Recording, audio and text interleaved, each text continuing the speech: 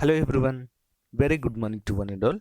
ఈరోజు మనము 9th ఫిబ్రవరి 2019కి సంబంధించినటువంటి డైలీ కరెంట్ అఫైర్స్, ఓకేనా, వివిధ పత్రికలలో వచ్చినటువంటి ముఖ్యమైన అంశాలను తీసుకొని ఎగ్జామ్ పాయింట్ ఆఫ్ వ్యూలో మనము ప్రతిరోజు కూడా కరెంట్ అఫైర్స్ చెప్పుకోవడం జరుగుతుంది.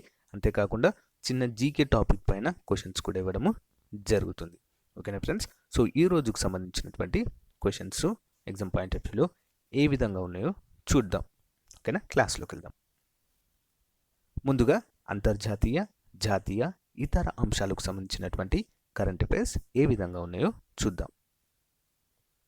మొదటి క్వశ్చన్, 1880 తర్వాత కాలంలో ప్రపంచవ్యాప్తంగా అత్యధిక భూతాపం నమోదైన సంవత్సరంగా 2018 ఎన్నవ స్థానంలో నిలిచింది అని ప్రపంచ పర్యావరణ సంస్థ తెలిపింది. సో ఆన్సర్ వచ్చేసి ఆప్షన్ ఏ, 4వ స్థానంలో నిలిచినట్లుగా తెలుస్తుంది. వివరాలు చూద్దాము, చాలా క్లియర్గా ఉంటుంది. భూమి గతేడాది బగ్గుమంది. 1880 తర్వాత కాలంలో ప్రపంచవ్యాప్తంగా అత్యధిక భూతాపము నమోదైన సంవత్సరాల జాబితాలో 2018 4వ స్థానంలో నిలిచిందని అమెరికా అంతరిక్ష పరిశోధన సంస్థ నాసా సముద్ర పర్యావరణ అధ్యయన విభాగము జరిపిన విశ్లేషణల్లో ఈ విషయము వెల్లడింది. ఐరాసాలోని అంటే ఐక్యరాజ్య సమితిలోని ప్రపంచ వాతావరణ సంస్థ కూడా దీన్ని ధృవీకరించింది. భూతాపాన్ని తగ్గించేందుకు తక్షణమే చర్యలు చేపట్టాల్సిన అవసరం ఉందని నొక్కి చెప్పింది. సాధారణంగా 1951 1980 మధ్య కాలపు సగటు కన్నా 2018లో 0.83 డిగ్రీల సెల్సియస్ అత్యధికంగా వార్షిక ఉష్ణోగ్రత నమోదైనట్లుగా తెలిపింది.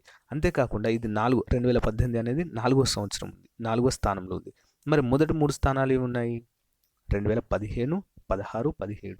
ఓకేనా ఫ్రెండ్స్, ఇవి 3 ఉన్నాయి. అంటే గత 3 సంవత్సరాల నుంచే ఈ యొక్క ఉష్ణోగ్రత పెరుగుదల అనేది గణనీయంగా పెరుగుతున్నట్లుగా ఇక్కడ మనకు తెలుస్తుంది. నెక్స్ట్, స్వీడన్ ప్రధానమంత్రి కార్యాలయంలో ఇటీవల రాజకీయ సలహాదారుగా నియమితులైన భారత సంతతికి చెందిన మహిళ ఎవరు? Important question. ఆన్సర్ వచ్చేసి ఆప్షన్ బి, నీలా వికే పాటిల్. వివరాలు చూద్దాం. భారత సంతతికి చెందిన యువతి, మహారాష్ట్రకు చెందిన విద్యావేత్త కుమార్తెకు సువర్ణ అవకాశము లభించింది. మహారాష్ట్రకు చెందిన ప్రముఖ విద్యావేత్త అశోక్ వికే పాటిల్ కుమార్తె నీలా వికే పాటిల్ స్వీడన్ ప్రధానమంత్రి కార్యాలయంలో రాజకీయ సలహాదారుగా నియమితులయ్యారు. స్వీడన్లో ఇటీవల అధికారం చేపట్టిన సోషల్ డెమోక్రాట్ గ్రీన్ పార్టీ కూటమి నాయకుడు స్టీఫెన్ రోవన్ వద్ద కొంతకాలంగా నీలా పనిచేస్తున్నారు. స్టీఫెన్ గత నెలలో స్వీడన్ ప్రధానమంత్రిగా కూడా ఎన్నికవడము జరిగింది. నెక్స్ట్ వన్, లోక కేరళ సభ లేదా ప్రపంచ కేరళ వేదిక సమావేశమును ఫిబ్రవరి 15, 16వ తేదీలలో ఏ దేశంలో నిర్వహిస్తున్నారు? Important question. ఆన్సర్ వచ్చేసి ఆప్షన్ సి, దుబాయ్. వివరాలు చూద్దాం. ప్రాంతీయ సమావేశము కేరళ లోక కేరళ సభ లేదా ప్రపంచ కేరళ వేదిక ప్రాంతీయ సమావేశము ఫిబ్రవరి 15, 16న దుబాయ్లో నిర్వహిస్తున్నారు. ప్రపంచవ్యాప్తంగా విస్తరించి ఉన్న కేరళీయులను మాతృభూమి కేరళతో సాంస్కృతిక, సాంఘిక, రాజకీయ, ఆర్థికంగా అనుసంధానపరిచే యోచనలో లోక కేరళ సభ కేరళ రాష్ట్ర ప్రభుత్వము 2018లో ఏర్పాటు చేసింది. ఇందులో కేరళ రాష్ట్రానికి చెందిన అందరూ ఎమ్మెల్యేలు, ఎంపీలతో పాటు కేరళకు చెందిన 100 మంది ప్రవాస భారతీయులు, ప్రపంచంలోని వివిధ రాష్ట్రాల్లో నివసిస్తున్న 40 మంది కేరళ ప్రవాసులు, వివిధ రంగాల్లో నిష్ణాతులైన 30 మంది ప్రముఖ వ్యక్తులు ఇందులో పాల్గొన్నట్లుగా తెలిసింది. నెక్స్ట్ వన్, అత్యాధునిక క్షిపణి నిరోధక వ్యవస్థ రక్షణ వ్యవస్థలు కలిగిన 2 అత్యాధునిక విమానాలు భారత రాష్ట్రపతి, ప్రధాని ప్రయాణించేందుకు కొనుగోలు చేయటకు మార్గం సుగమం అయింది. అయితే వీటిని ఏ దేశం నుంచి కొనుగోలు చేస్తున్నారు? చాలా ఇంపార్టెంట్ క్వశ్చన్ ఇది. ఓకేనా, ఆన్సర్ వచ్చేసి ఆప్షన్ డి, అమెరికా నుంచి. వివరాలు చూద్దాము, మీకు క్లియర్గా ఉంటుంది. అత్యాధునిక క్షిపణి నిరోధక రక్షణ వ్యవస్థలు రెండింటిని భారత్కు విక్రయించేందుకు అగ్రరాజ్యము అమెరికా ఆమోదం తెలిపింది. ఈ రెండింటి విలువ సుమారు 1,355 కోట్లు ఉండనుంది. ఈ కొనుగోలు ద్వారా రాష్ట్రపతి, ప్రధాని ప్రయాణించే విమానాలకు అత్యంత పటిష్టమైన రక్షణ వ్యవస్థ అందుబాటులోకి రానుంది. Large aircraft infrared countermeasures self protection సూట్స్గా పిలిచే ఈ వ్యవస్థల అమ్మకానికి సంబంధించి ట్రంప్ ప్రభుత్వం ఆమోదం తెలిపినట్లుగా America defence security cooperative agency తెలిపింది. నెక్స్ట్ వన్, ఇటీవల థాయిలాండ్లో జరిగిన ఈజీఏటీ కప్లో 49 కేజీల వెయిట్ లిఫ్టింగ్ విభాగంలో స్వర్ణం సాధించిన భారతీయ క్రీడాకారిణి ఎవరు? Important question. ఆన్సర్ వచ్చేసి ఆప్షన్ ఏ, మీరాభాయి చాను. వివరాలు చూద్దాము.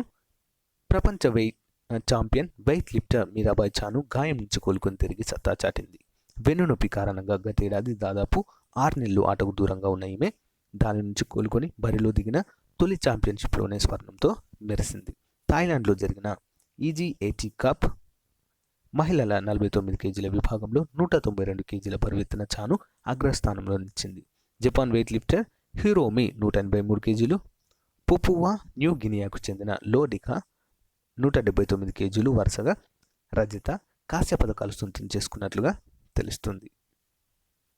నెక్స్ట్ వన్, ఇటీవల కేంద్ర ప్రసార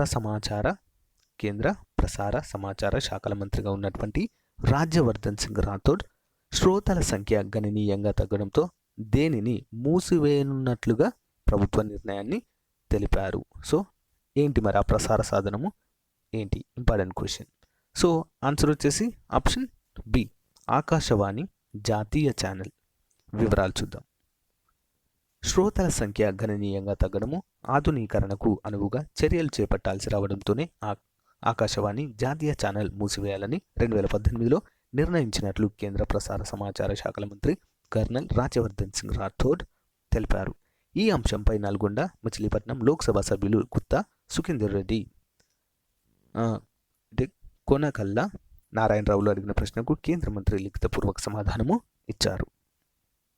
నెక్స్ట్ వన్, ఇటీవల స్వదేశీ పరిజ్ఞానంతో రూపొందించిన సాలిడ్ ఫ్యూయల్ డాక్టెడ్ రామ్జెట్ చోదకంతో నడిచే క్షిపణి వ్యవస్థను భారత రక్షణ వ్యవస్థ DRDO ఎక్కడి నుంచి ప్రయోగించింది? Important question. ఆన్సర్ వచ్చేసి ఆప్షన్ సి, చాందీపూర్, ఒరిస్సా నుంచి. నెక్స్ట్ వన్, వివరాలు చూద్దాము. మహాబలేశ్వర్ దేశీయ పరిజ్ఞానంతో అభివృద్ధి చేసిన సాలిడ్ ఫ్యూయల్ డాక్టెడ్ రామ్జెట్ చోదకంతో నడిచే క్షిపణి వ్యవస్థను రక్షణ పరిశోధన అభివృద్ధి సంస్థ శుక్రవారం విజయవంతంగా పరీక్షించింది. ఒరిస్సాలోని చాందీపూర్లో ఉన్న సమీకృత పరీక్షా వేదిక నుంచి ఈ ప్రయోగం జరిగినట్లుగా తెలుస్తుంది. నెక్స్ట్ వన్, నదుల పునర్జీవనానికి కృషి చేసినందుకు గాను 2019 సంవత్సరానికి లిమ్కా బుక్ ఆఫ్ రికార్డ్స్లో స్థానం సంపాదించినటువంటి సంస్థ ఏది? Important question. ఆన్సర్ వచ్చేసి option D, art of living సంస్థ. Art of living. వివరాలు చూద్దాము. దేశంలో 4 రాష్ట్రాల్లో 40 నదులను పునర్జీవింపజేసినందుకు గాను ఆర్ట్ ఆఫ్ లివింగ్ సంస్థకు లిమ్కా బుక్ ఆఫ్ రికార్డ్స్ 2019లో చోటు దక్కింది.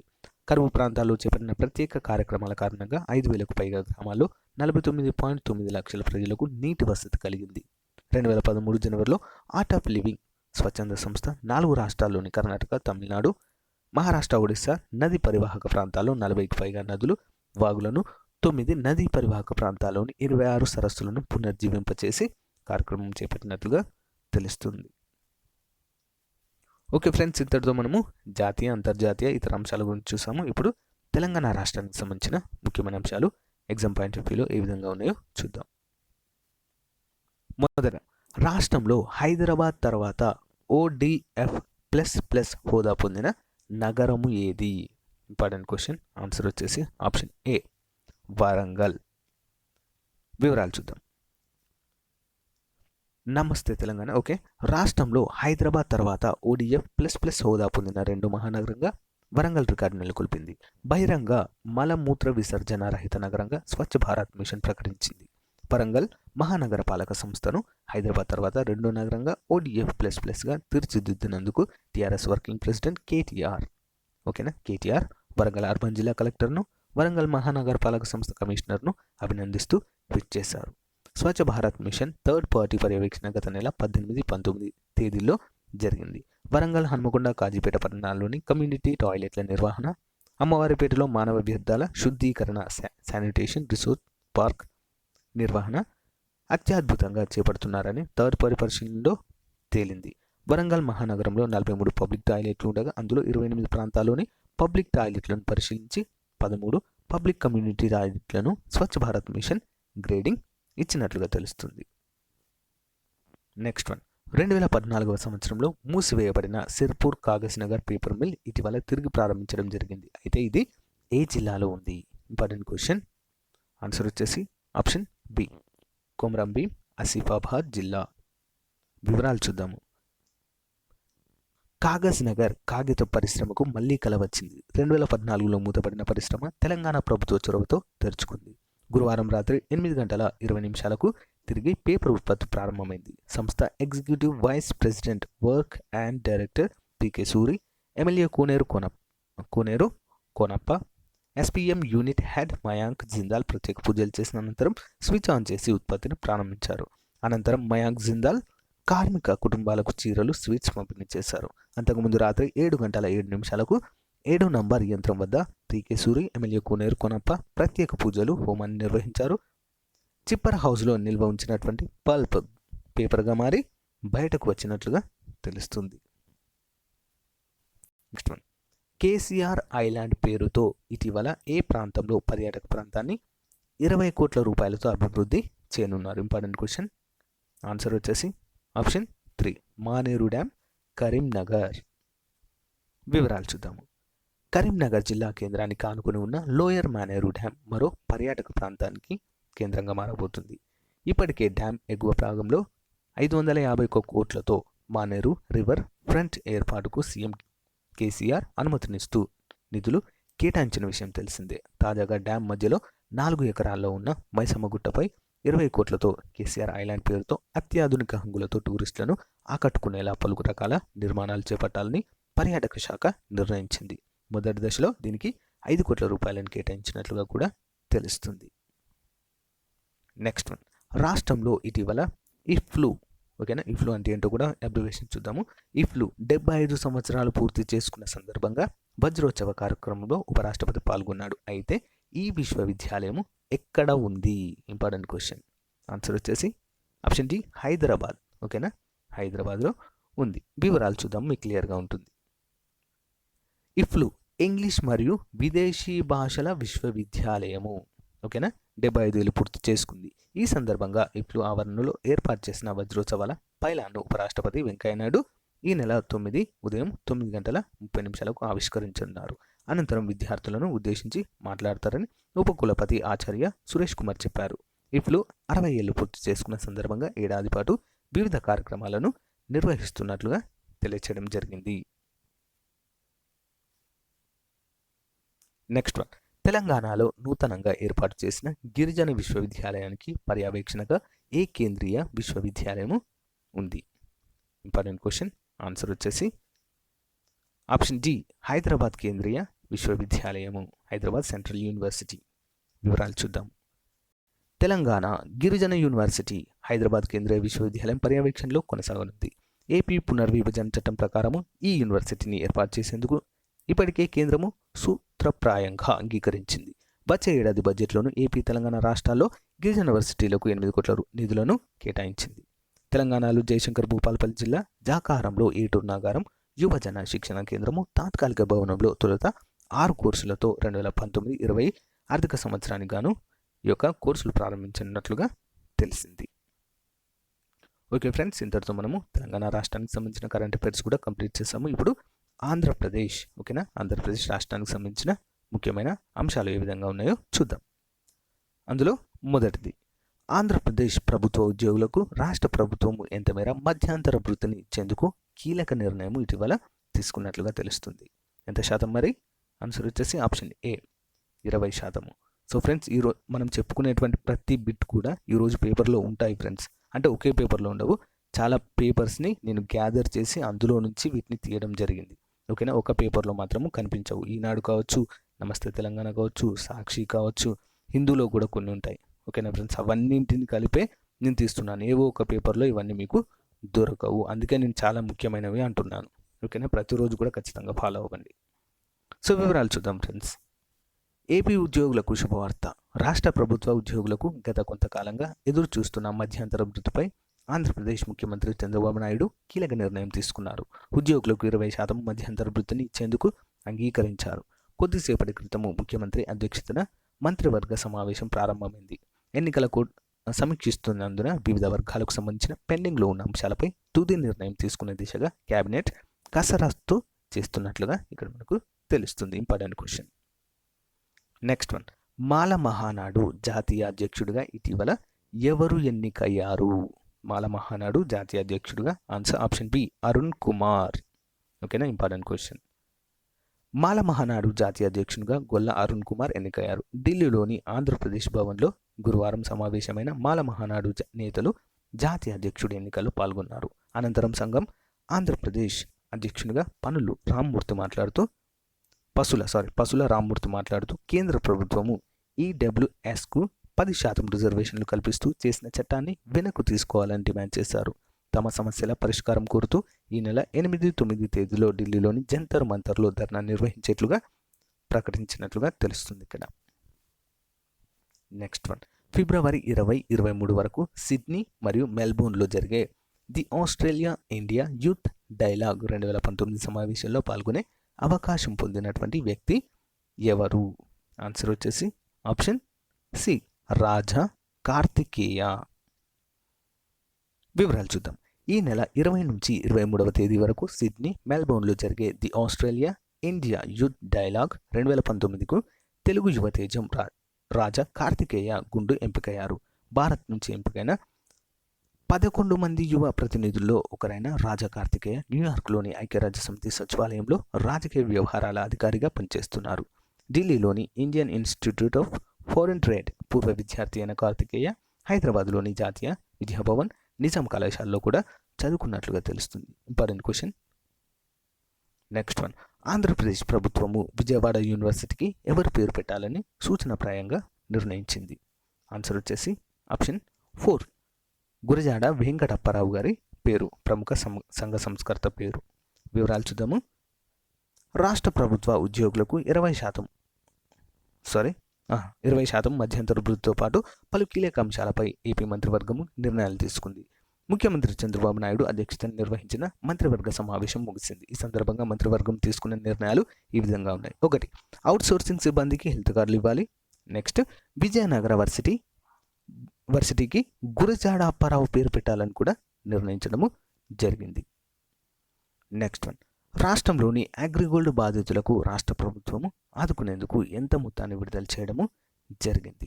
Important question. ఆన్సర్ వచ్చేసి ఆప్షన్ ఏ 250 కోట్ల రూపాయలను విడుదల చేసేందుకు ప్రభుత్వము అంగీకరించింది. విడుదల చేయడం కూడా జరిగింది. చూద్దాము. అగ్రిగోల్డ్ బాధితులకు తీపి కబురు. వారిని ఆదుకునేందుకు రాష్ట్ర ప్రభుత్వము 250 కోట్లు మంజూరు చేసింది. రూపాయలు 10,000 అంతకంటే తక్కువ మొత్తంలో డిపాజిట్లు చేసిన వారికి వారి డిపాజిట్ల సొమ్మును తిరిగి చెల్లించేందుకు వీలుగా ఈ మొత్తాన్ని మంజూరు చేసింది. అగ్రిగోల్డ్ ఆస్తుల వేలం ద్వారా ఇప్పటి వరకు సమకూరిన 50 కోట్లను కూడా కలిపి మొత్తము 300 కోట్లను న్యాయస్థానం అనుమతితో బాధితులకు చెల్లించనుంది. ఓకేనా, ఇంపార్టెంట్ క్వశ్చన్. ఓకే ఫ్రెండ్స్, ఇంతటితో మనము జాతీయ, అంతర్జాతీయ ఇతర అంశాలు మరియు 2 తెలుగు రాష్ట్రాలకు సంబంధించిన ముఖ్యమైన కరెంట్ అఫైర్స్ని చూసాము. ఇప్పుడు ప్రతిరోజు చెప్పుకునే విధంగా జనరల్ నాలెడ్జ్కి సంబంధించిన ముఖ్యమైన బిట్స్ ఏ విధంగా ఉన్నాయో చూద్దాం ఫ్రెండ్స్. ఓకేనా, important. So general knowledge and GK questions ఏ విధంగా ఉన్నాయో చూద్దాం. ముఖ్యంగా ఇవి ప్రీవియస్గా అడిగినటువంటి క్వశ్చన్స్ ఫ్రెండ్స్. ఓకేనా, మీరు ఎగ్జామ్లో కూడా ఎక్స్పెక్ట్ చేయొచ్చు. ఇందులో మొదటి క్వశ్చన్, అంతర్నానిక శక్తుల కారణంగా భూపటలం మీద సంపీడనం ఏర్పడినప్పుడు కొంత భాగము పైకి లేవడాన్ని ఏమంటారు? ఆన్సర్ ఆప్షన్ ఏ అపనతి అనే పేరుతో దీన్ని పిలుస్తారు. నెక్స్ట్ వన్, ముడత పర్వతం ఏర్పడడానికి గల కారణము ఏంటి? ఆన్సర్ ఆప్షన్ సి భూమి నొక్కుకుపోవడం వలన ఈ యొక్క ముడత పర్వతాలు ఏర్పడతాయి. నెక్స్ట్ వన్, శిలలు పగుళ్ళు వారేంతగా ముడత పడటం వల్ల క్రింది వాటిలో ఏర్పడేది ఏది? Answer option C అగ్నిపర్వతము.